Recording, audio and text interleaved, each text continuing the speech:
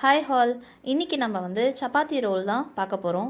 அதுக்கு ஒரு பெரிய கேரட், 2 உருளைக்கிழங்கு, ஒரு ஆஃப் கேப்சிகம், ஒரு சின்ன வெங்காயம், அதை எல்லாத்தையும் சாப்பரில் போட்டு நல்லா சாப் பண்ணிவிடுங்க.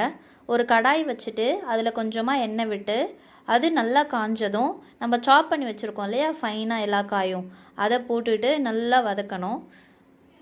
அதை வதக்கும் போதே தேவையான அளவு நம்ம கொஞ்சம் உப்பு போட்டுக்கலாம். அந்த எண்ணெயிலே கொஞ்சம் நல்லா வதக்கி விட்டுருங்க. அந்த காய் நல்லா அந்த எண்ணெயிலே நல்லா வேகணும்.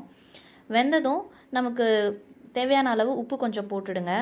போட்டுட்டு நம்ம பாவ் பாஜி மசாலா இருக்குது இல்லையா, அது ஒரு 1.5 ஸ்பூன் போடலாம்.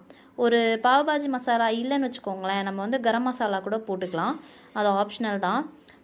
அதுக்கப்புறம் லைட்டாக காரத்துக்காக ஒரு 1/4 ஸ்பூன் மிளகாய்த்தூள் போடுறோம். போட்டுட்டு நல்லா அந்த பச்சை வாசனை போகிற வரைக்கும் கொஞ்சம் நல்லா அதை வதக்கி விட்டுடுங்க. அந்த மசாலாவை, அந்த காரம் எல்லாம் அந்த காயில் நல்லா ஊறி சூப்பராக ஒரு கிரேவி நமக்கு இதில் ரெடி ஆகிடும். உள்ளே வைக்கிற ஸ்டஃபிங் நமக்கு இப்போ ரெடி.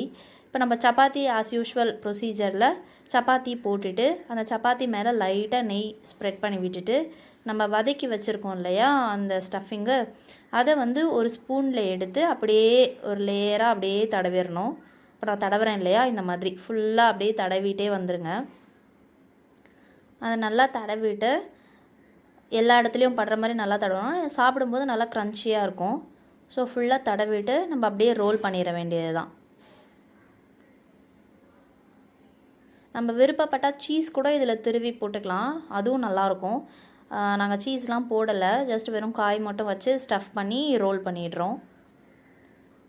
ரோல் பண்ணிவிட்டு நம்ம கத்தியில் கட் பண்ணி ஒரு 3 ஸ்லைஸாவோ இல்லை 2 ஸ்லைஸாவோ அப்படியே லஞ்சுக்கு கொடுத்தோம்னா அந்த சப்பாத்தியில் இந்த காயெல்லாம் ஊறி நல்லா டேஸ்டியாக இருக்கும்.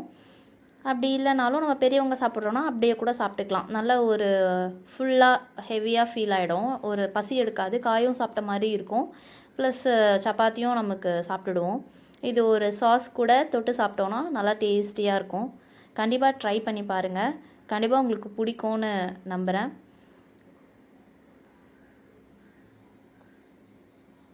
Thank you all.